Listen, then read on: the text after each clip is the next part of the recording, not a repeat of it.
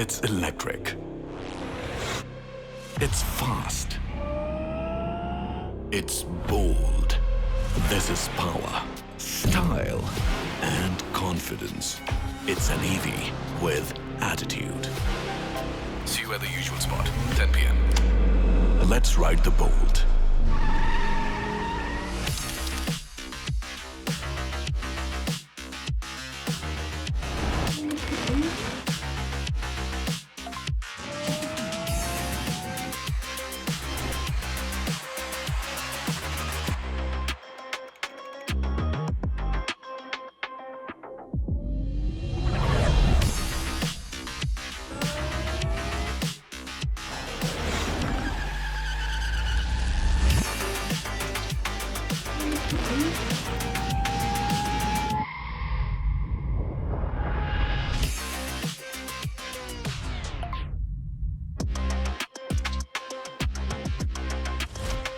The all-new Roar Easy Sigma.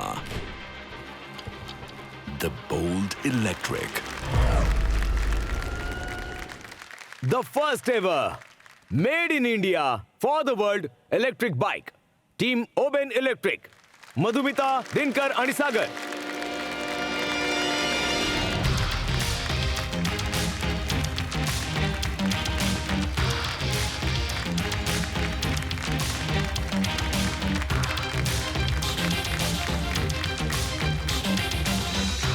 तुमचं सगळ्यांचं आमच्या या मंचावर खूप खूप स्वागत आहे. थँक्यू. फार कमालीची बाईक आहे आणि सगळ्यात जास्त आनंद मला या गोष्टीचा आहे की ही पहिल्यांदाच made in India EV bike for the world. So congratulations त्याच्यासाठी. Thank you very Thank you, much. sir. Thank you. तसं ऑटोमेटिव्ह फारच कॉम्पिटेटिव्ह बिझनेस आहे, तर याची आयडिया कुठून आली आणि इतकं पॅशन तुम्ही कसं काय जमवलं की तुम्ही पूर्ण बाईकच बनवून टाकली? याची जी आयडिया आहे ना ती घरून आली, माझ्या वडिलांकडनं आली.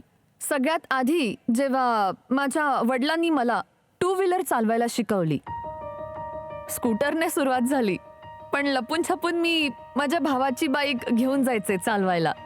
एक महिला म्हणून, एक मुलगी म्हणून बाईक चालवणं यात वेगळीच मजा आहे आणि गर्व आहे.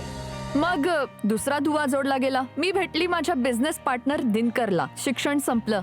ते एका मोठ्या R&D बॅकग्राऊंडचे आहेत, जिथे बेमेन्सी मध्ये काम करून मला आयडिया आली की हा स्टार्टअप्स किंवा एखादी SME त्यांच्यासाठी असं काही आहे की आपण भारतात इनोव्हेशनला ड्राईव्ह करू शकतो.